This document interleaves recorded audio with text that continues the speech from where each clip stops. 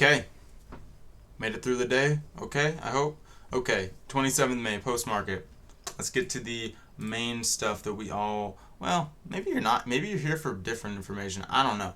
But I always start with the market. Okay.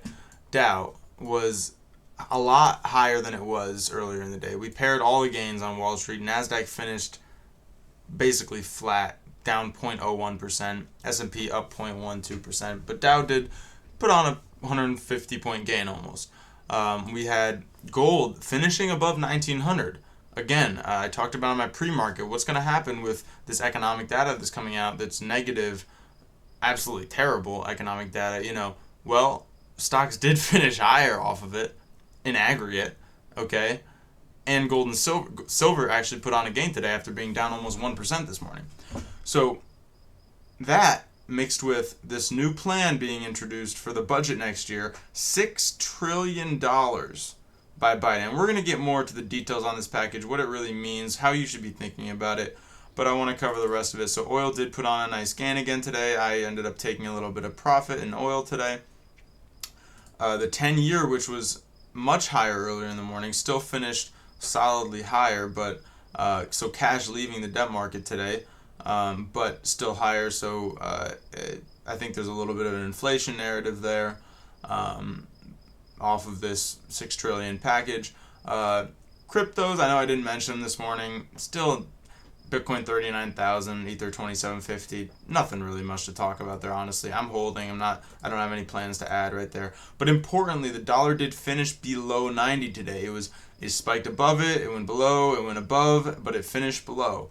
So that we're gonna see how that continues playing out. But it's a dying asset. What do you want me to tell you? Let's get to the stimulus package now, or the budget package. The federal deficit for this package is going to be $1.8 trillion. $1.8 trillion out of $6 trillion. That means that in terms of deficit spending, a third of the spending of our government is being financed by, I don't know, do they just get the cash out of thin air? Oh yeah, they do, but from who? And who gains? Oh yeah, the Fed. Okay. So, in a way, the entire government is controlled by the Fed, but politicians all bought and paid for. It's not that hard to figure out. People had such a problem with lobbyists before, and now it's like somehow different? No. Politicians have been bought and paid for decades, and it's worse than ever now. We've had honest politicians in the past. A couple, maybe. I don't even know. But right now, I don't see a single politician talking about anything that's really that relevant to the American people. Now they clue you in on a couple different things, and like these UFO disclosures. I think that was good, and I do believe that that's real. I don't think it's like photoshopped or anything.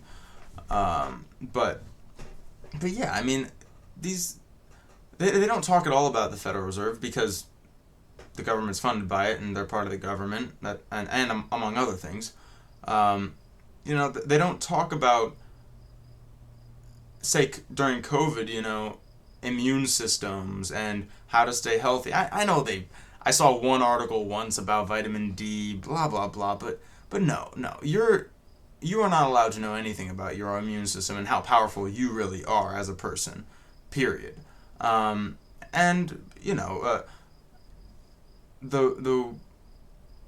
I don't even want to get into anything else, but whatever, because I want to really get to the Fed and talking about, okay, they finance a third of the government.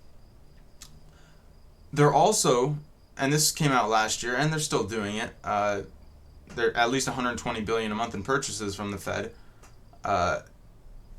They're buying corporate debt. They're financing corporations.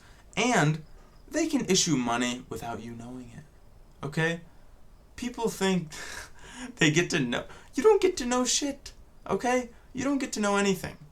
So, in my opinion, and this is totally my opinion, and this is just based really off of my psychological analysis of the Fed, my guess would be that their dark balance sheet, the balance sheet that you're not allowed to see, the dollars that you're not allowed to know that have been printed, that finance a myriad of things, including certain things in the Middle East, it's probably 1.5 to 2 times larger than the actual balance sheet of about 7 trillion now.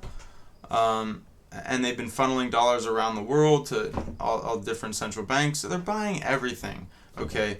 And so you have them funding a third of the government, buying corporate debt. It's the merger between corporations and the American government. It's in your face. It's right here. You can't deny it. Now, you can make moral judgments apart from that. You can say, well, maybe it's a good thing. I don't think it's a good thing, okay? But some people do think it's a good thing. They're doing whatever is necessary. But objectively, they are buying up everything, okay?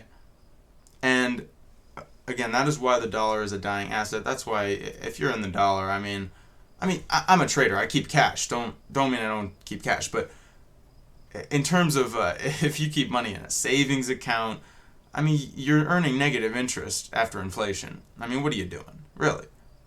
Take some action, right? I love you. I take some action though, please. All right? Even if it's $1,000, $100, $10, take some action, okay? And so I expect the federal government deficit to get much, much worse in the future. If I had to guess, I would guess that 50% of the government will be funded by the Fed by the end of Biden's term. It's only going to get worse from there. And a lot of people do contact me and they say, well, when's the crash going to come? And when is the Fed going to stop issuing debt? Well, they're not going to stop until they have total and ultimate control. They can't stop, okay? And they will continue the charade really as long as they can. And I don't see anything that is going to be able to stop them right now, okay? The money velocity's dead. The economy's dead. They're buying everything they have been since 2008, really. And they're going to continue doing that. And so just to really overview the stuff again, we had absolutely horrible economic data coming out this morning. Stocks finished higher in aggregate. Oil finished higher. You'd think that oil might go down if the economy's not doing well because, people might not drive as much or corporations, companies might not use as much oil. You might think that, but in a real world, that would be what happened. But no, this is a completely fake market, completely manipulated, and there's nothing really else to do. You have to take advantage of it. You have to understand the reality. I wish we had a real market, but that is what it is. So I think that's about all I want to cover with you. I'm still, in terms of what I see for the market moving forward. I've been saying consolidation, and I see consolidation. I was bullish a week or two ago, but right now, we had some nice gains. But long term, this market is going so much higher, and people are going to be caught with their hand in the cookie jar, probably trying to short this market because they're going to see record highs, and they're going to be like, oh, well, then therefore it must go down. No. It's going to be proportional to the amount of debt that's created.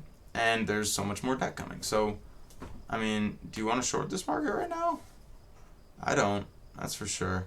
All right. I will see you tomorrow. And I believe also, just as a heads up, I will be doing some sort of special report on something that I like in the next couple of days, possibly on the weekend. And that's going to be in written form on my website. So check out my website. I just post videos on there for the most part. I have posted some articles a long time ago, but yeah, keep your eyes out for that. And yeah. See you tomorrow.